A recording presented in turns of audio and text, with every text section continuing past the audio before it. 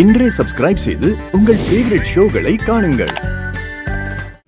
சாப்பாட்டுல எப்படி விஷம் வந்ததுன்னு முதல்ல நம்ம அதை கண்டுபிடிக்கணும்க்கா. அத திருட்டுத்தனமா யாராவது கலந்துருப்பாங்களா? சாப்பாட்டுல யாரு விஷத்தை கலந்தாங்கன்னு எனக்கு நல்லாவே தெரியும். ஆனா அந்த பழிய ஊ மேல போட்டாங்க. இந்த வீட்ல இருக்கிறவங்க உன்னை மொத்தமா ஏமாத்துறாங்க. என்கிட்ட ஆதாரம் இருக்கு. ஷாலு, பல்விந்தர் உனக்கு தெரியுமா, கோர்ட்ல அவன் என்ன புடிச்சான். அப்ப நானும் வந்தேன்க்கா. ஆனா நீ வரதுக்கு முன்னாடி பல்விந்தர் என்கிட்ட சொன்னான். என்ன? அவன் தான் என்கிட்ட சொன்னான், நான் எதுவுமே பண்ணலையா. அதாவது யாரோ வேணும்னே என்ன மாட்டி விட்டுருக்காங்க, சதி திட்டம் தீட்டி இருக்காங்க. இதெல்லாம் எனக்கு முன்னாடியே தெரியும். யாரோ உன்னை நல்லா மாட்டி விட்டுருக்காங்க. ஆனா அது யாரா இருக்க முடியும்? அதுதான் தெரியல ஷாலு. பல்விந்தர் அங்க எல்லாரோட பேரையும் சொல்லிக்கிட்டு இருந்தான். இந்த வீட்ல இருக்கவங்க பேரா? ஆமா, இவங்க மாமாவோட ஃபேமிலி, அதுவும் பெரிய குடும்பம். அந்த பல்வேந்தர் வேற என்ன சொன்னான்? ஐ மீன் டீடைலா. ஷாலு, அப்ப வேற நான் ரொம்ப கோபத்துல இருந்தேன். அவன் கிட்ட இருந்து எப்படி தப்பிச்சேன்னு உனக்கே தெரியும். ரிஷி உள்ள இருந்தா, அவன் ஃபேமிலி உள்ள இருந்துச்சு. அதோட இவன் வேற என் கையை பிடிச்சுக்கிட்டு இருந்தான். எனக்கு என்ன பண்றதுன்னு தெரியல. நான் அங்க இருந்து தப்பிக்கிறதுக்காக தான் பார்த்தேன். அந்த நேரத்துல அவன் என்ன சொன்னான்னு எனக்கு எதுவுமே தெரியல. யாரோட பேர் அவன் சொன்னான்னு கூட தெரியல. எனக்கு எதுவுமே ஞாபகம் இல்ல. இந்த வேலையெல்லாம் பல்வேந்தர் செஞ்சிருக்கலாம்ல. பல்வேந்தர் எப்படி பண்ணுவான் ஷாலு? இதெல்லாம் பண்றதுக்கு அவனுக்கு எங்க இருந்து சந்தர்ப்பம் கிடைக்கும்? கிச்சன்ல அத்தனை ஷெஃப்ஸும் அங்கே தானே இருந்தாங்க. ஆனா அவன் உள்ள வந்திருந்தா யாராவது அவனை பாத்திருப்பாங்க இல்லையா? இதுவும் கரெக்ட் தான். மொத்த ஃபேமிலியும் உனக்காக சதி திட்டம் தீட்டுறாங்கன்னு அந்த பல்வேந்தர் எதுக்கு சொல்லணும்? ஷாலு, அவன் பல்வேந்தர். அவனே ஒரு பெரிய ரவுடி. என்னைக்குமே அவன் நல்லதை நினைக்க மாட்டான், கெடுதல் தான் யோசிப்பான். அவனோட பேச்சுக்கெல்லாம் வேல்யூவே கிடையாது. சரி விடு, அவன் விஷயத்த பத்தி நம்ம அதிகமா பேசிக்க வேண்டாம். நாம 2 பேரும் என்ன முடிவெடுத்தோமோ அதையே நாம பண்ணுவோம். முதல்ல நாம இந்த ஷெஃப் கிட்ட பேசி பார்ப்போம். அங்க இருந்தே ஆரம்பிக்கலாம், அப்புறமா பார்க்கலாம். ரிஷியை நாம வெளியெடுக்க ஏதாவது ஒரு வழி கிடைச்சிரும் இல்லையா?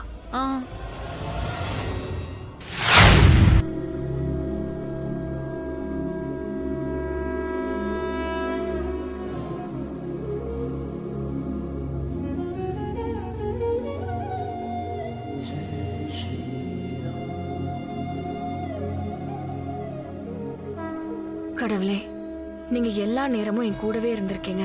எல்லா கஷ்டங்கள்லயும் எனக்கு துணையா இருந்திருக்கீங்க. நீங்க என்னைக்குமே என் கையை விட்டதில்ல. இன்னைக்கு வரைக்கும் எல்லாமே உங்களாலதான் சரியா வந்திருக்கு. இன்னைக்கும் நீங்க என்னோட கையை விட்டுறாதீங்க. என்னோட கையை கெட்டியா பிடிச்சுக்கோங்க. உங்களோட துணை எனக்கு ரொம்ப அவசியம். ரிஷி ஜெயில இருந்து விடுவிச்சாகணும். அவன் தான் இந்த வீட்டோட உயிர். அவனை நிரபராதின்னு நிரூபிச்சாகணும். அவன் சீக்கிரம் வீட்டுக்கு வரணும்.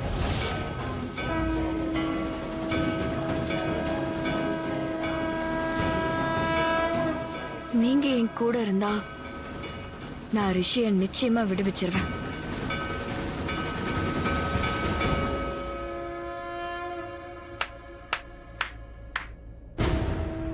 Hats off you Lakshmi. நீ இங்கதான் இருக்கியா? இப்படியே உரிமையோட. அப்படின்னா நீங்க சொல்றது எனக்கு புரியல அத்தை. Really?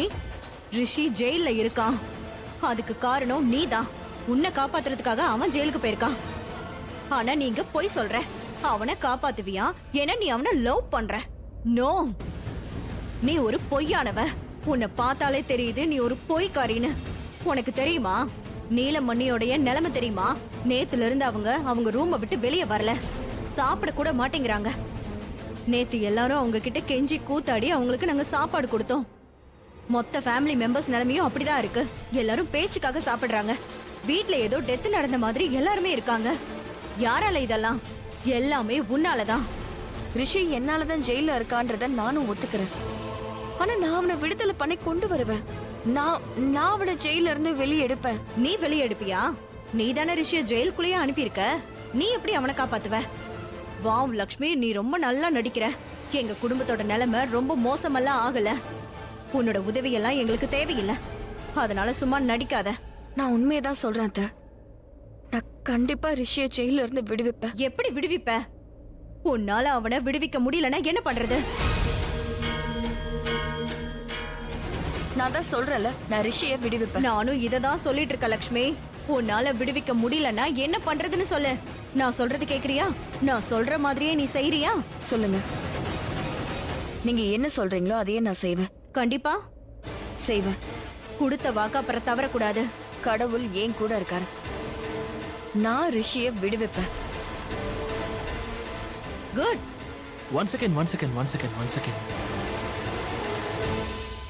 Mom, tell me something. Lakshmi அண்ணி ரிஷி ப்ரோவை ஜெயில இருந்து வெளியில கொண்டு வந்துட்டா? ஆயுஷ் நீ இங்கே இல்ல மாம், லிசன் டு மீ.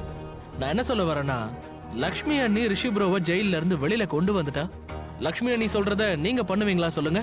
ஆயுஷ் என்ன நீ ஏன் இப்படி எல்லாம் என்ன பேசிட்டு இருக்க? கரெக்டா இருக்கணும்ல, டீலா இருக்கணும்.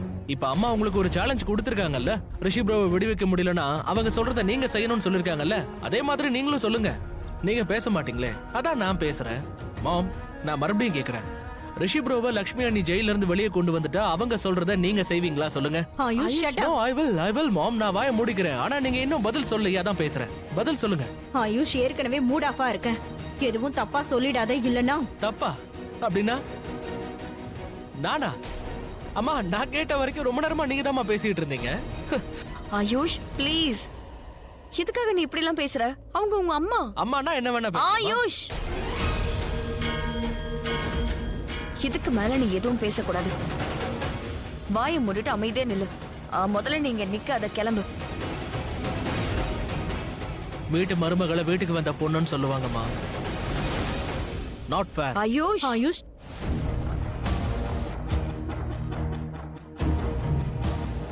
சாரி அத்தை. ரொம்ப நல்லா கேம் விளையாடுற. என் ஃபேமிலி மெம்பர்ஸ் எல்லாரையும் ஒவ்வொருத்தரா உன் பக்கம் நீ இழுத்துக்கிட்ட. மொத்த ஃபேமிலியும் நீ பிரிக்கிற. என்னுடைய மகன், என் சொந்த பிள்ளை என் பேச்ச கேட்கல, உன் பேச்ச கேக்குறான், என்ன மதிக்கல. என்னத்த நீங்க? ஏய்,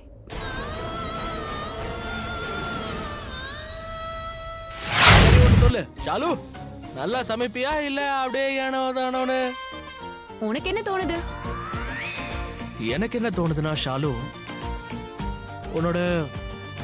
உன்னோட சமையல் ஓகே நார்மல், சுமாரா இருக்கும். சரி, நான் சமைச்சதை நீ எதுவும் தொடக்கூடாது. ஓஹோஹோ, இப்படி ஒரு ரியாக்ஷனா? கூல். அப்படின்னா நீ நல்லா சமைப்ப போல இருக்கு ஷாலு. சரி, நான் தொட மாட்டேனே, ஸ்பூன் எடுத்துப்பேன். ஓகே சரி, இங்க பாரு ஷாலு, லக்ஷ்மி அண்ணி இங்க வீட்ல இல்லாதப்போ நீ வந்துரு, சமைச்சு வச்சிரு, ஊட்டி விட்டு அப்புறம் அப்படியே கிளம்பிடு. இதுக்கு நீ என்ன சம்பளம் எதிர்பார்க்கற அதை டிஸ்கஸ் பண்ணிக்கலாம். Only cash, any time. என்ன சொல்ற சொல்லு, பண்ணிட்டியா? விட மாட்டேன், நில்லு. ஏய், நில்லுடா. வேண்டாம். நில்லு. ஏய், நான் விழுந்துருவேன். ஐயோ, அடி வாங்குடா, நில்லு. ஏய், உருட்டு கட்டையோட வரேன். சாரி அண்ணி, இங்க பாருங்க. நான் விளையாட்டுக்கு சொன்னா அதுக்காக கட்டை எடுத்து அடிக்க வரா. உங்க தம்பி நிலைமைய பாருங்களேன். எதுக்கு இவ்வளவு கோவப்படுறா? கொஞ்சம் சொல்லி சரி, புரிய வைங்க. ஒரு நிமிஷம் இருக்கீங்களா? முதல்ல நீ எனக்கு ஒரு விஷயத்த சொல்லு. கரிஷ்மா அத்தை கிட்ட நீ எதுக்காக அப்படி பேசுன? ஏன் அடிக்கடி அவங்கள ஹர்ட் பண்ணிக்கிட்டே இருக்க? அவங்க ஏன் உங்களை ஹர்ட் பண்றாங்க? ஆயுஷ் அவங்க வயசுல பெரியவங்க. சரி, அதுக்கு என்ன அண்ணி? பெரியவங்கன்னா அவங்க இஷ்டத்துக்கு என்ன வேணா பேசலாமா என்ன?